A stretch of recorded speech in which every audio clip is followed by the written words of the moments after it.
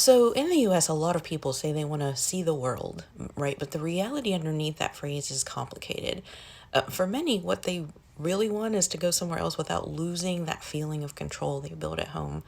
And that's not just about being picky or spoiled, it's about anxiety, class, history, and the way the global tourism system has learned to wrap all of that in a warm hug and call it a vacation. Right, so let's start with something as basic and intimate as language. Plenty of people here like the idea of travel, but recent surveys suggest roughly a third of Americans actively avoid countries where they'd have to depend on anything other than English. Around 4 in 10 say they feel real stress at the thought of international travel, often because of language and cultural unfamiliarity. That isn't necessarily a moral failing, it's fear of humiliation and dependence. If your whole life you've been told to be competent, be in control, don't mess up, landing somewhere you suddenly feel like a child again, fumbling phrases, misreading signs, relying on strangers, comes across as a serious psychological hit.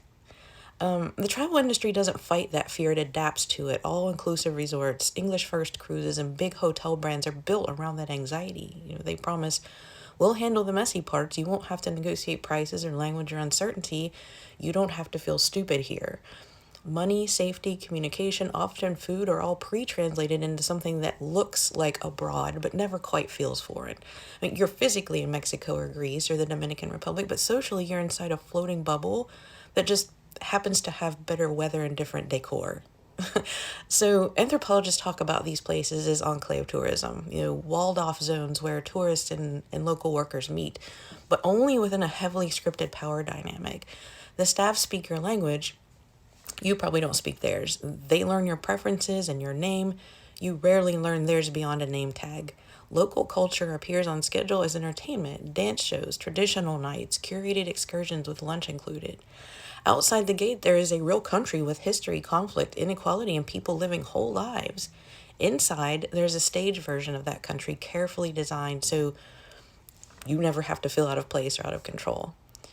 It's important not to flatten this into Americans are just entitled. There's a class story running underneath. Many workers in the U.S. get 1 or 2 weeks of vacation a year, sometimes not even in a single block. Flights are expensive, childcare is expensive, and the mental load of daily life is heavy.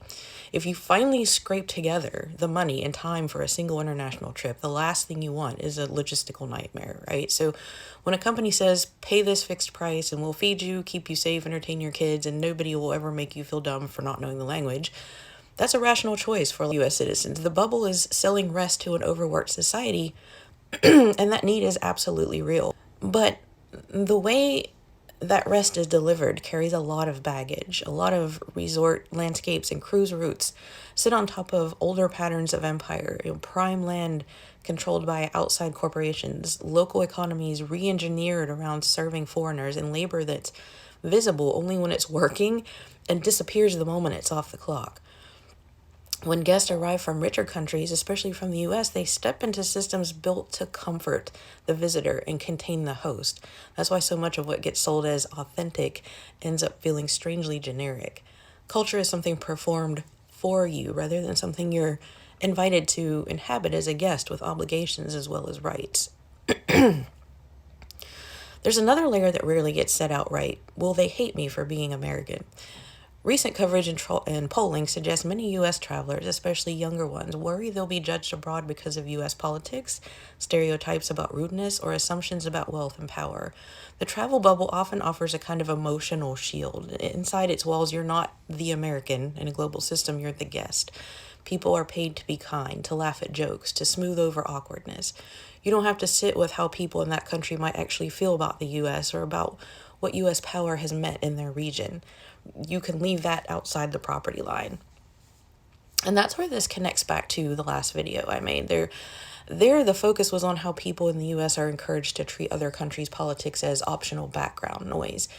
Interesting maybe, but not essential. Here you can see the same instinct emotion when we travel. A country that grows up seeing the rest of the world as optional often goes abroad in the same way, physically entering other nations, but doing it in a manner that keeps those places from really touching how we see ourselves.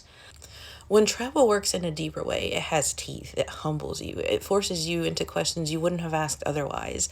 Why is public transit better here than where I live? Why do people seem more relaxed about walking at night? Why is everyone working in tourism in this town, and who actually owns those hotels? Why is the water clean in one part of the city and not in another? And those aren't just cultural differences, they're political and historical facts tied to class, race, and colonialism and policy choices.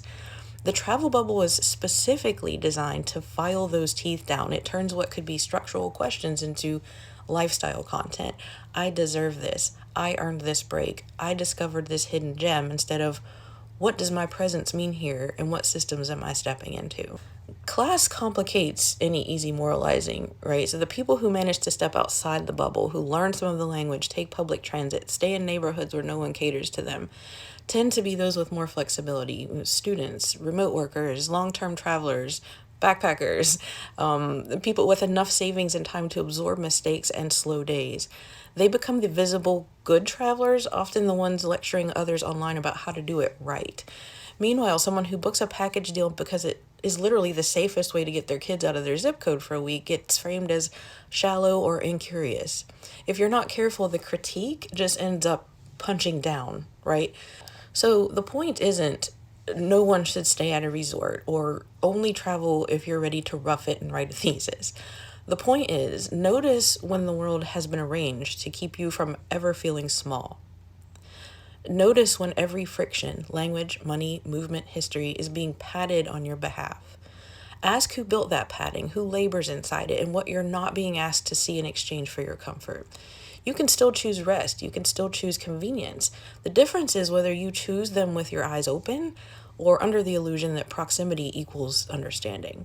If you want to quietly crack the bubble without turning it into a performance of being a better traveler, the steps can be small. Like learn greetings and basic phrases in the local language before you go. Eat at least one meal in a place that doesn't feel designed for you.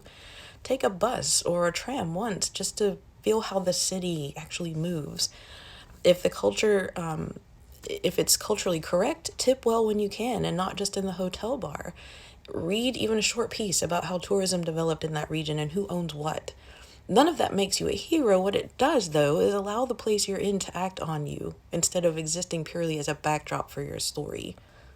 Because the real danger of the US travel bubble isn't that its citizens look cringe in matching shirts at the swim up bar. It's that a very powerful society keeps practicing over and over again how to be physically present in other people's countries without really being with them. It trains us to enter spaces, extract what feels good, and leave before anything truly unsettling or transformative can touch us. And that habit doesn't stay on vacation. It shows up in how seriously we take foreign news, whose crises feel far away, and which lives we find it easy to tune out. Thanks for being here with me today. Feel free to drop anything in the comments if you have ideas of where you want me to go next, what you're interested in hearing about. I look forward to hearing from all of you. Take care. Bye.